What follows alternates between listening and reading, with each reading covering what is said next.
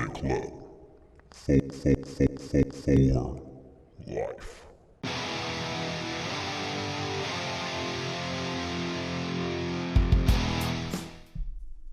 Welcome back, fellas. We are going to do another deck tech. We're going to do this Ripley 8 pilot by Jason. Ripley 8 is a fun MC. Let's take a look at her. She's got acidic blood, so she can pay a blue to put -1/-1 counters on her. Any number that will not stun herself. And then she gets to put that many minus counters also on a enemy supporting character. And then she can level up at any time by healing all of her wounds, and then she becomes level 2 Ripley, so she's kind of got like 6 wounds because she'll probably get to 4, heal up, and then have 2 more. She has level 2 power, I'm sorry. Name a character, KO all enemy supporting characters with that name. Look at their hand, discard all of those, search their deck for all copies, and you put them all in the KO pile. So it's really good for taking out one big threat. I feel like it's probably going to get rid of Fooms, but we'll see because we've got Jason here, and he's going to kind of walk us through the deck a little bit. Thanks, Jason, for coming on and doing this deck tech with us. Absolutely. Thanks for having me. So yeah, right. so go ahead and walk me through this curve real quick. Yeah, you bet. So basically, I went with Ripley 8 in part because I like to kind of go off the beaten path and try some MCs and decks that maybe aren't standard. Some might say I'm a casual player or a kitchen table player, but I wear that as a badge of pride.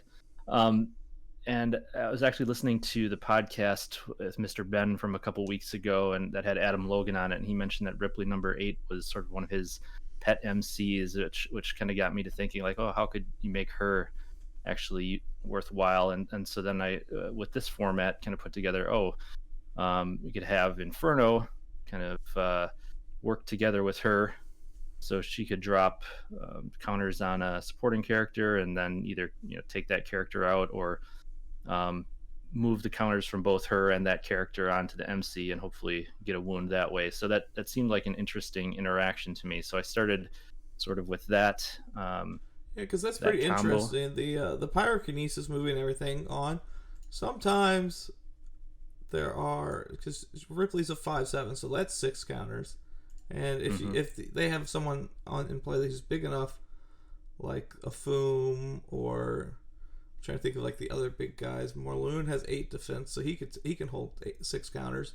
You could just dump 12 counters on an MC, and it's hard. I'm trying to think. Red Skull doesn't survive that, and I think he's the biggest one outside Death, and Death doesn't necessarily always even survive that. So it's a pretty fun combo there. Yeah, and so then I kind of started with that as sort of the skeleton of the deck and started building around it. Just cards that I thought might help kind of supplement and work in conjunction with those. My 1-drops, kind of my goal is if I can get Ripley out and get a quick cheap hit on the MC, awesome. So that's why I put in the pulse rifle, gets her up to 6 on the first attack potentially, and Hawkins, with the 5 and his ability to grant leader. And then because it is a very location needy deck because of some of the superpowers and blue specifically, I threw in 4 Swains to hopefully be able to use that for Inferno if I'm not able to get the new Adelon or the labs out. Okay, so yeah, you kind of have like a 2 blue combo, so you have basically 8 blues. You got the Adelons and Swain for Inferno, and you have your basics and your wilds for Ripley, so it's like an 8-8 split almost. Mm-hmm. Okay, very cool. Yeah, and then moving on to the 2-drops, of course, that's where Inferno lands. I also threw Captain Dallas in as kind of for 2 reasons. One, the +1 counters that he can drop on Ripley, can potentially mean she's dropping more -1 counters on someone. But also, if I see my combo isn't coming together, if I'm not able to draw Inferno or locations, at least that's helping to potentially buff her up a little bit and either keep her alive or allow her to hit someone. Yeah, that makes sense. It's just like anything that adds longevity to you, it seems like it works out in your benefit, because eventually you will be able to cheat on those last couple wounds. Yep. Okay, and then obviously Inferno we've talked about. We got 2 canes. That's an interesting number there. Let's talk about that a little bit. Yeah, so to be totally transparent here, I'm still, I guess, consider myself a little bit new to the game and to the deck building. So I didn't even initially start with Kane in the deck. Through some of my early iterations, there were some cards that ended up, I think, sort of being dead cards, and so I pulled those out and was looking for just what can I put in to replace it, and it seemed like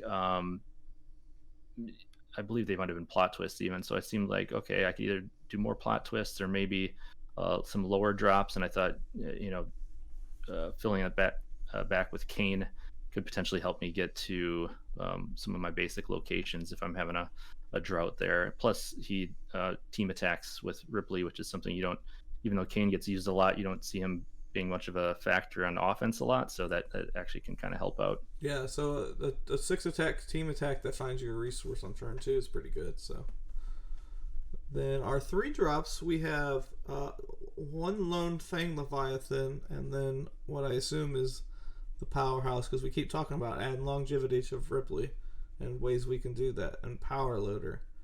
It definitely can add longevity to anybody. So was Power Loader like always just, okay, this was my 3 drop, this is where I want to be, or was this something that came in later, or was... Yeah, that was always kind of the focal point for 2 reasons. Like you said, give her a lot longevity, but also boosting up her defense just means I can potentially on turn 3, even if I don't want to level her up, I can drop what would that be, 8 -1 counters on an opponent, and that's if Captain Dallas isn't out. That's upward to 10 minus counters if you wanted to, if Dallas has been out for 2 turns. So. Yeah, so it's been handy, both from that standpoint, and if I'm not drawing well or I'm not hitting the rest of my curve, it can still make Ripley herself kind of a formidable puncher and be able to take some damage. Yeah, I like that you use Fang Leviathan. I don't know if we're gonna get because you seem aggressive in the early game. I don't know if you'll get the wound necessarily, but being able to put a 1- counter on everything with an Inferno, that can be a lot. That's potentially a lot of minus counters, right? And then, yep. This does take care of things like Champion. It takes care of things like Grandmaster if people are trying to do things with the Mind Gem. So definitely, and then like Kane is probably going to see a lot of play. So it kills all the Canes. So yeah, there's definitely a lot of.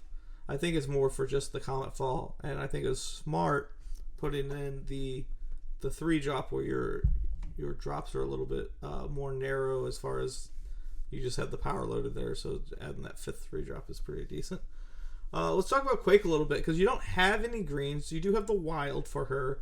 How has a Quake stacked up in this deck? Has she been especially helpful, or let's talk about that, because that's someone that we wouldn't expect to see in this list. Yeah, a lot of folks, I think, probably would say there's better 4 drops out there, and there might be. She has come in pretty handy though in my practicing. If I'm up against a MC that wants to hide in the back row, that her vibration wave power is particularly helpful. And given that I've got both the Wilds and Captain Swain, it seems like I end up having quite often enough options if I want to use that ability to get it out. Now, if I'm running up against a MC that likes to be in the front row, she is admittedly a little less useful, but she can still potentially team attack with Inferno or Swain, so there's a little bit of an extra bonus there. Okay, so she's not necessarily for your Harrigan matchups. She's more for your Death matchups, where Death wants to put some things in front of her so that when you get to her, she's bigger. You could push everything to the back and then maybe sneak in 2, 3, 4 wounds if sometimes with Quake. Exactly. Plus, she can also be kind of sneaky later in the game if I've got Foom out to push everyone into the same row and hit everybody at once. Okay, yeah, that makes sense. Then we have the Mr. Sinister, which we're already running the blue, so this seems pretty solid. first look, we see that Foom is probably a good target for Sinister, given him ferocious and dodge. Makes him very hard to deal with.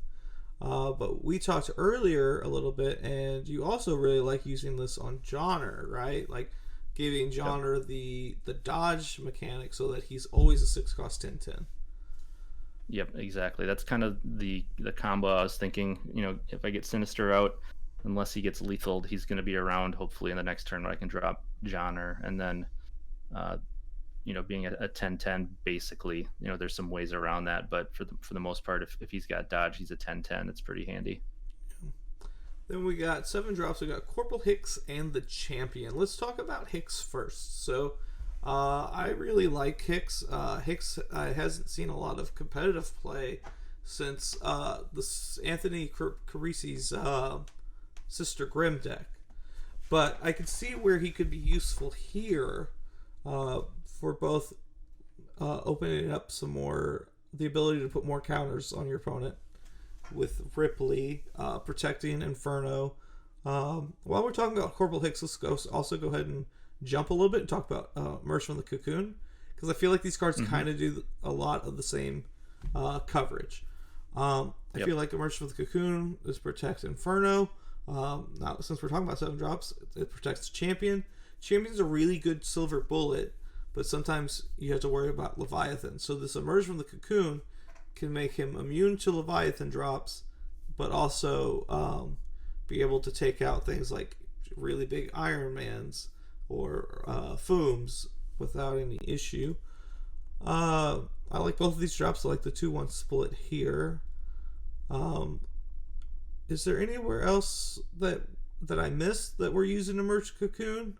Or are those like the 2 main targets? Yeah, those are the 2 main targets. Really, it's been most beneficial to me for Inferno. Seems like whether it's just the nature of the 2 drops, getting him up to a 6/6 with Pyrokinesis and Emerge from the Cocoon, instead of being even a 4/4, tends to have him stick around for a turn or 2, which is really useful. So, yeah, for sure. And then we got our standard Fooms. I'm expecting to see a lot of Fooms in decks this weekend. So, let's talk about our blue cards. We got Shock to the System. You talked a little bit about the longevity of Inferno. So this probably didn't. Obviously, Shock always protects the MC, but it's probably also to protect Inferno because he's kind of important in this list. Yep. And then we've got the sweetest of sweet, the Mob Mentality.